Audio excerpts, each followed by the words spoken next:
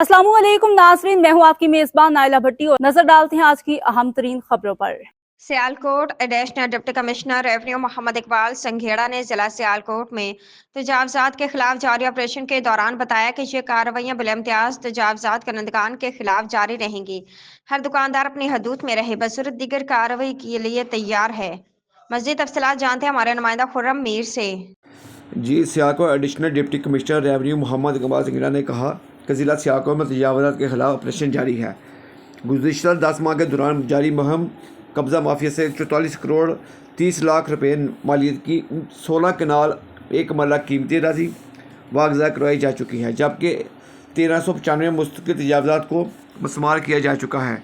90,23,000 रुपये जुर्माने करने के अलावा 761 प्रॉपर्टीज़ को सील किया गया है और 11 तजावज़ को कंदगान के खिलाफ मुकदमा दर्ज किया गया है। ये बात उन्होंने आज म्यूनसिपल कॉरपोरेशन और ज़िला पुलिस की जानिब से हाजीपुरा रोड पर मुस्तकिल व आर्जी तजावज़ात हटाने के मौके पर बताई।